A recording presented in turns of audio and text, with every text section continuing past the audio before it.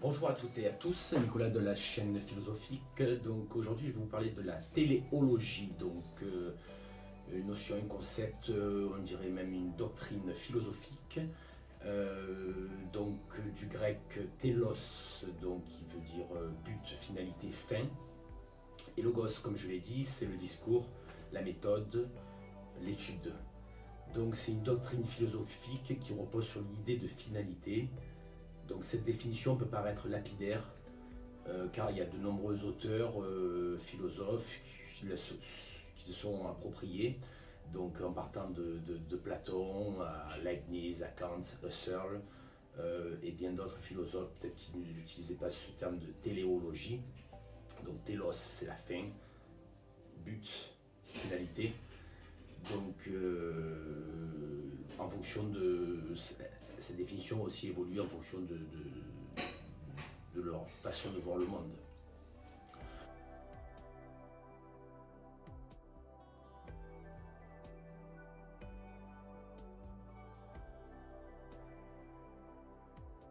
Donc il y a une définition de Claude Bernard en 1860, grand médecin.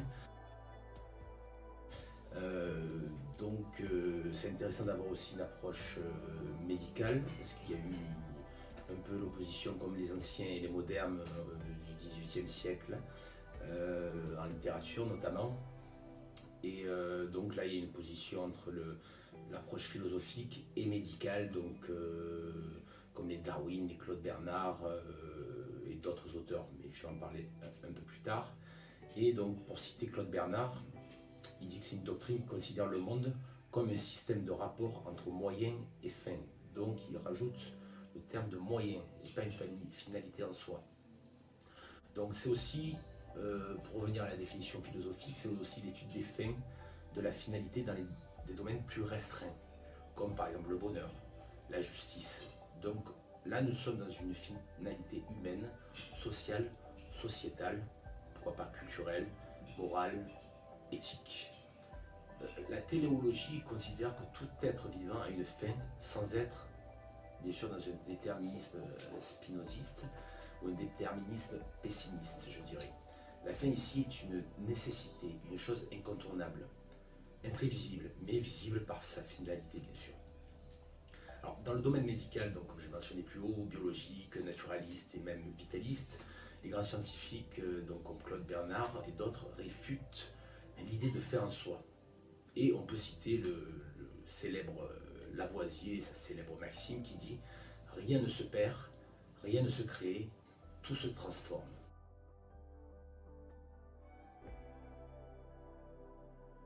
Donc là, on est plutôt dans une approche évolutionniste.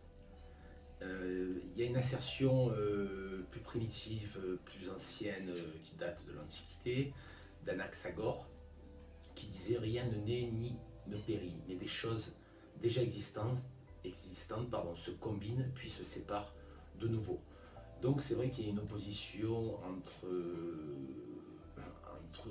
ceux qui sont dans une vision plus spiritualiste, idéaliste, et ceux qui sont dans une vision plus matérialiste, par exemple comme Démocrite. Alors, il ne faut pas confondre, nous ne sommes pas dans une notion eschatologique où le discours religieux étudie la fin des hommes, la finalité apocalyptique pour ces pieux individus, telle une lutte entre le bien et le mal, sur l'Armageddon, image utopique et mythique, mystique. Donc tout reprend le cours des choses. La vie a une fin, certes, autant que l'esprit. Et là, je vais vous citer Marc Aurèle, donc dans ses pensées pour moi-même, livre 3. Il mentionne là il parle de l'intelligence et du corps, donc du lien entre l'âme et le corps. Il mentionne une fin de l'intelligence à l'approche de la mort. La cessation des fonctions vitales sont ultimes dès que les fonctions cognitives, donc que ce soit la raison, la conscience, se dissolvent en amont. On peut citer cet extrait. Il ne faut pas seulement songer que la vie s'épuise chaque jour et qu'elle va diminuant. Il faut aussi penser que si l'on vivait plus longtemps, on n'est pas certain qu'une intelligence comme la nôtre suffirait encore à comprendre la réalité et l'étude qui vise à l'expérience des choses divines et humaines. Les fonctions vitales cessent après l'intelligence, la rationalisation, la conscience des choses se termine avant. Donc il est intéressant d'avoir cette approche stoïcienne, parce que Marc Aurèle c'était un empereur, mais aussi un grand stoïcien. Alors si on remonte au IVe siècle avant notre ère, donc chez Platon, le monde et les organismes qui le constituent, donc en ce qui concerne la téléologie, la finalité, sont créés par un démiurge. Donc démiurge, qui veut dire qu'il y a un dieu qui organise tout en amont. Donc selon un plan préétabli, extérieur au monde, sensible. Donc c'est extrinsèque, c'est extérieur, c'est indépendant de notre propre volonté.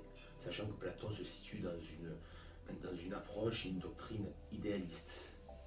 Donc idéaliste où l'homme, l'être humain est placé au centre et il n'y a pas de réalité visible, tout est création en ce qui concerne le monde extérieur. Alors, Aristote, quant à lui, dans sa métaphysique, il distingue 4 causes dans la formation des choses. La cause matérielle, la cause formelle, donc c'est l'essence de la chose, l'eidos, comme on dit, l'image, la cause efficiente, la force motrice, la kinésis, le mouvement, et la cause finale, ce en vue de quoi la chose est faite, donc de surcroît le télos. Aristote était certes un naturaliste, mais il n'a jamais été un positiviste.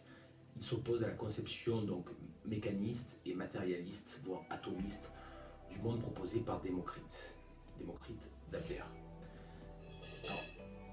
Si on parle de Leibniz, XVIIe siècle, il fait de la cause finale un principe nécessaire au fondement des lois de la nature. Il est nécessaire qu'à travers les phénomènes, la même quantité d'énergie soit conservée. Donc ça me fait penser à la citation que je vous ai lue concernant Lavoisier et Anaxagore. En effet, les causes et les effets doivent toujours être équivalents. On risque de tomber dans plus d'effets que dans la cause. Donc il n'y a plus un équilibre entre cause et effet. Donc il y a plus d'effets, plus de conséquences que de causes. Ou l'inverse dans une régression de la perfection naturelle. Donc schémas qui sont impossibles en raison de l'ordre divin régnant dans le monde. Donc ça nous renvoie à la monade de Leibniz. Kant, alors, dans la critique de la raison pure et dans la critique de la faculté de juger, considère également la finalité inscrite dans la nature, la qualifiant d'illégitime. On ne peut attribuer des buts à des phénomènes physiques ou biologiques. Dès lors, les individus sont entraînés dans une téléologie projetée.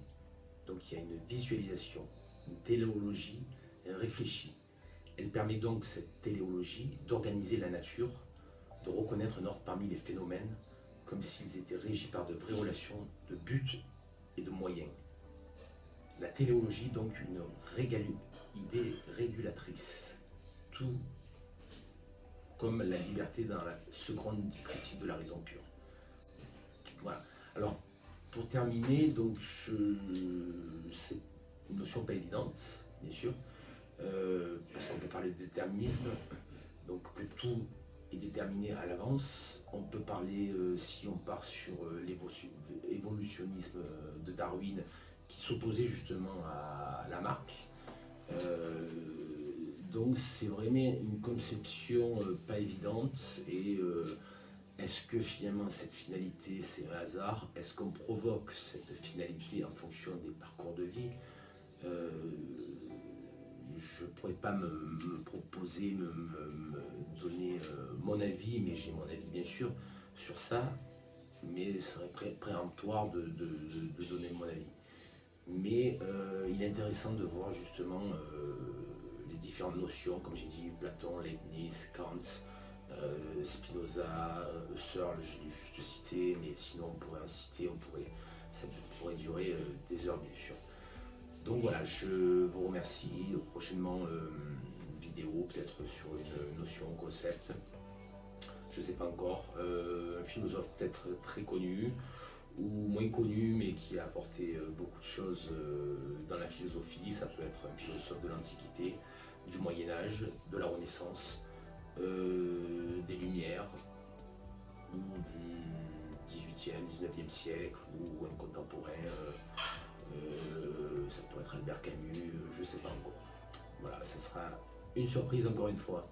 Je vous remercie, je vous souhaite un excellent week-end, une bonne rentrée, de bonnes vacances pour ceux qui sont encore en vacances, et prenez soin de vous. C'était Nicolas.